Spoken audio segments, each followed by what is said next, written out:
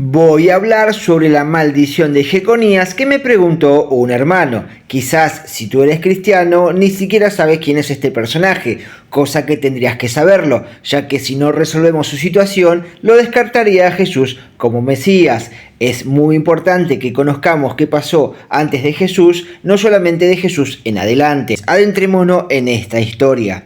El Mesías, descendientes de Joacim y Zorobabel. Joacim era abuelo de Zorobabel. La genealogía del Mesías tiene la raíz en Joacim, el abuelo de Zorobabel. La línea mesiánica se traza a través de Zorobabel, descendiente de Salomón, tal como lo mencionan los evangelios de Mateo y Lucas. Ahí tiene las citas, hermano, puede buscarlo y leerlo por usted mismo, que dice que Jesús descendía también de este linaje de Jeconías.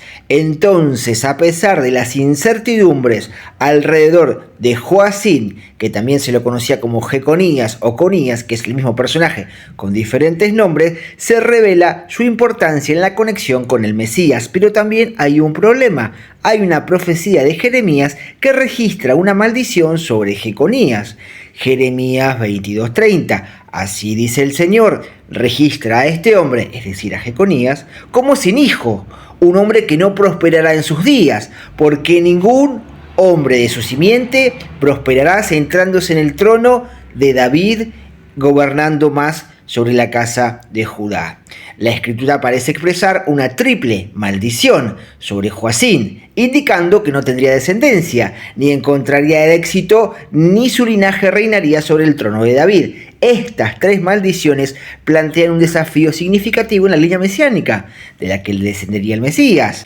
Existe una opinión ampliamente difundida de que la declaración del profeta de Dios con respecto a Joacim era inmutable, es decir, no se puede quebrantar, lo que implica la exclusión de la línea mesiánica de Jesús. Este personaje, en punto Bleisner, plantea esa idea. Continuemos. A pesar de las maldiciones proferidas sobre Joacim, la misericordia divina prevaleció. La primera maldición, que anunciaba que Joacim quedaría sin descendencias, ha sido claramente anulada en la Biblia, porque dice en 1 de Crónicas 3, 17 y 18, y los hijos de Jeconías, Salatiel su hijo, y Malaquías, y Pedadías, y Sanasías, ahí menciona a los descendientes de Jeconías. Durante el reinado como rey de Judá, mientras los hijos de Israel eran llevados cautivos a Babilonia, este Joacim, este Jeconías, fue llevado prisionero por el rey de Babilonia.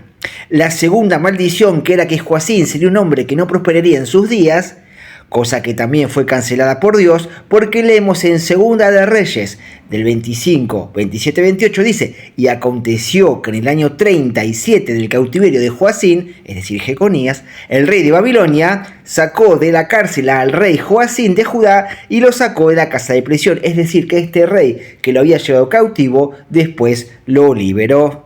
Dado que Dios extendió su perdón a Joacim, Jeconías, al punto de eliminar estas dos primeras maldiciones en su contra, es plausible considerar que también la tercera maldición pudo haber sido anulada. De lo contrario, sería inviable que el linaje del Mesías descendiera de Salomón a través de Joacim. El Yalkut, que es una antología de escritos medievales, resuelven este dilema, y le estoy citando literatura judía, rabínica, no cristiana, teológica, para que vea que hay fuentes que avalan cómo fue que fue quitada esta maldición. Dicen que Nabucodonosor tomó a Joacim y lo puso en prisión. El concilio religioso se reunió para abordar esta cuestión, pues temían que el linaje davídico llegara a su fin, ya que en la Biblia dice que en Salmos 82, 36, que el reinado de David sería perpetuo. ¿Cómo pueden garantizar que se cumpliese esto?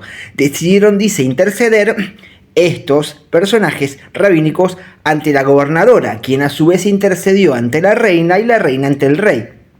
El rabí Sabbatai sostuvo que Joacim no fue liberado de prisión hasta que se arrepintió profundamente y Dios perdonó sus pecados, y fue entonces cuando su esposa concibió. Salatiel significa pedido de Dios y Asir significa prisionero. Según la comprensión de los rabinos, esto sugiere que Joacim, mientras estaba en prisión, suplicó a Dios por su perdón, y este acto de arrepentimiento se manifestó cuando Dios le concedió hijos. Luego de que terminase este cautiverio en Babilonia y regresasen los cautivos en el año 539 por manos de Zorobabel, a quien Dios designó como su líder, evidentemente ellos no creían que la maldición tuviera efecto, ya que Zorobabel era un descendiente directo de Joacín. Además, los profetas posexílicos exaltaron a Zorobabel y lo pusieron en su esperanza para con Israel. En Zacarías 4:6, que habla sobre Zorobabel era una prefigura al Mesías y dice que ante él se allanarían todos los montes. Prefigura de cuando venga Yeshua, montes es un sinónimo de poder y todo se va a allanar bajo el reinado del Mesías.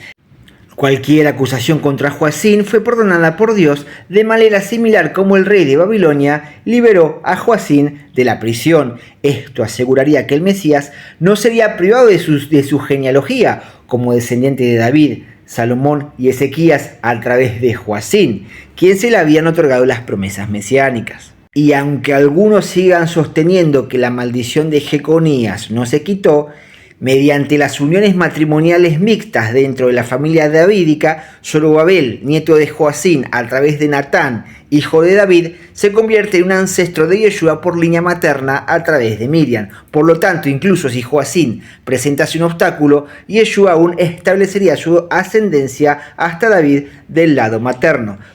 En cuanto a la elección de quién heredaría el trono de David, es relevante recordar que la palabra del Señor a Zorobabel, de que no es con ejércitos ni con fuerza, sino con espíritu, aunque el Mesías sería un descendiente de David, su reclamación no sería sustentada por la fuerza, tampoco sería respaldada por el poder militar, como solía ser común en los reyes cuando les otorgaban sus derechos a sus hijos favoritos. En cambio, la elección del Mesías sería dirigida por el Ruach HaKodesh, con el Espíritu Santo. Quiero finalizar con esto, hermanos, y para no dejar dudas que la maldición de Jeconías fue rota, síganme en esto, hermano.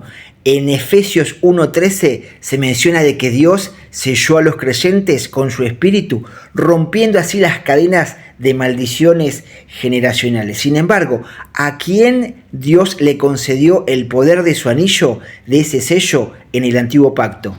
A Zorobabel. De manera similar, como Dios nos ha sellado y nos ha liberado de las maldiciones generacionales, así también otorgó ese sello a Zorobabel para que pudiera anular las maldiciones que afectaban a Jeconías. Ageo 2:23 dice: en aquel día, dice el Señor Todopoderoso, te tomaré, Zorobabel, hijo de Salatiel, mi siervo, dice el Señor, y te pondré como mi anillo de sellar, porque te he elegido, dice el Señor Todopoderoso.